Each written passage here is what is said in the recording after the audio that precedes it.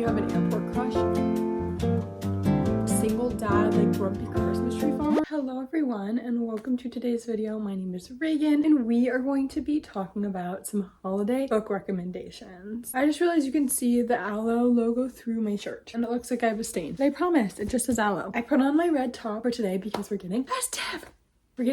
Here's a stack of pretty much every holiday book that I own, and I'm going to be going through and telling you out of this collection of holiday reads, what should you read and what should you skip. So we're just going to go ahead and get started. There's one book that I don't have here with me because I lent it out to a friend. How My Neighbors Stole Christmas by Megan Quinn. Absolutely recommend. One of the best holiday reads I have ever read. I rated it 4 stars. It's like a Grinch retelling, but kind of modern and so cute. So adorable. The book has like a narrator in it that kind of jumps in throughout and it's just so cute. The Grinch is one of my favorite Christmas movies ever, so whenever a holiday book is themed around the Grinch, I will always pick it up. I also have another book by Megan Quinn. It's like a little holiday novella called Something Mr. Scrooge. This one I would say, like, if you have the time or want to read it, it's like a 150-page novella that you can only get on Kindle Unlimited or audio. With Kindle Unlimited you get the free audiobook, so I just threw it on while I was doing one of my drives. I'll listen to it for like 45 minutes. I think I rated it 1.5 stars. I think it was pretty quick for a novella, but like if you're interested, I would go ahead and read it. It's like no harm, no foul. It doesn't really take a ton of time. Something to do while you're just like doing chores or decorating, something to listen to, you know. First we have Wreck the Halls by Tessa Bailey. This is actually a book I DNF'd last holiday season. I would not really recommend this one. I tried to get into it and I couldn't. I think I'm just not a Tessa Bailey fan. Actually unhauling it this year. I just think there are much better ones out there. Next we have A Court of Frost and Starlight by Sarah J. Maas. This is, for all intents and purposes, a Christmas episode. I'd say if you were ever on the fence about picking this one up, this is the time, this is the season. Just like a Christmas episode of your favorite characters if you love the series. So I would say yes. You're a Mean One, Matthew Prince by Timothy Janowski. I read this either last year or 2 years ago. I'd say it's pretty decent. I think I gave it 3 stars. There's better ones that you could pick up, I'm sure, but this is a male enemies to lovers Christmas romance. If you see it and if you're feeling the vibes to pick it up, I would. It was super cute. It was entertaining. It was festive. It was fun. One Day in December by Josie Silver. I actually don't remember reading this, but I know I read it on audio a while ago and I don't even think I read it in December. I did not like this one. I wasn't a fan. It's like this guy and a girl see each other on a bus, and then you know how like when you have an airport crush, it was kind of like that, but they were on a bus and then they like meet each other in real life. It was more literary fiction than romance, and I don't think I was at a time in my life where I could appreciate that. I might need to reread it at some point and see my thoughts. This one didn't give me the Christmas vibes if you're feeling it, but it just wasn't for me. Dear Monster Claus by Maeve Black. This is one I picked up on my Kindle last year just for fun. This is like one of the first monster romances I ever got into, I think after Ice Planet Barbarian. It's super short, it's spicy. If you're looking for a monster one, I think this isn't bad, but I'd say if you're interested in it, go ahead. It wasn't a waste of my time. I enjoyed it, but I wouldn't say, yes, this is the one you need to pick up. We have Nick and Noelle's Christmas Playlist along with There's Something About Mary, both by Cody Hall. This is part of an interconnected standalone series. I read There's Something About Mary last year, and then this year I picked up Nick and Noelle's Christmas Playlist. I do prefer this one. We have a childhood best friends to lovers romance for Nick and Noelle's, and then for Mary's we have a single dad, like grumpy Christmas tree farmer, and this one the vibes were just immaculate. I'm not like a second chance romance person, but I think I would read this in the series. I would recommend you pick this one up first, and then this one, it's a great holiday series. They give a bunch of Christmas vibes. So I have the third one on my TBR for December this year, and we'll see what I feel about that third one. This series is a really fun Christmassy time. There's not a ton of smut in these if you're looking for something a little bit more clean. Yes, recommend overall. A Merry Little Meet Cute by Julie Murphy and Sierra Simone. I picked this one up last year. This one is following an adult, I don't know if YouTube's gonna like that word or not, but she's like a sex worker.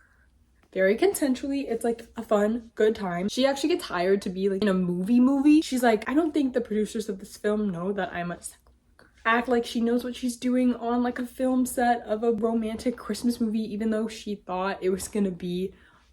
So it was kind of funny. I have the second book in this interconnected standalone series to read this year. I'd say go for it. It's a little bit more of a spicy time. I think it just dragged on a little bit for me. My feet are starting to hurt, so we're gonna adjust here a little bit and I might look a little shorter. So I'm no longer sitting on my knees. We have Once Upon a December by Amy E. Reichert. I picked this one up last year and I really enjoyed it. For like the first half. The second half, I was so confused and disappointed with how it turned out. It has like magical realism in it. Basically, our main female character goes to the Milwaukee Christmas market every year, and then one year she sees this new section has opened up and she goes in it. She meets this guy at this bakery, thinks he's really cute. But the thing is, this Christmas market travels around the world and space and time continuum is like so weird and just pops up randomly at every different place. And like to the people that live in this Christmas market and like the shop owners, every day is Christmas. The people on the outside that meet those shop owners and stuff only see them when the Christmas market pops up. Kind of like the 7-year slip in that way, I'd say. If you liked the 7-year slip and that magical realism aspect, I would maybe pick this one up. I love this cover. I think it's so adorable and so cute. Next, we have Tangled in Tinsel by Trilina Pucci. This is like a short Christmas novella about like 5 billionaires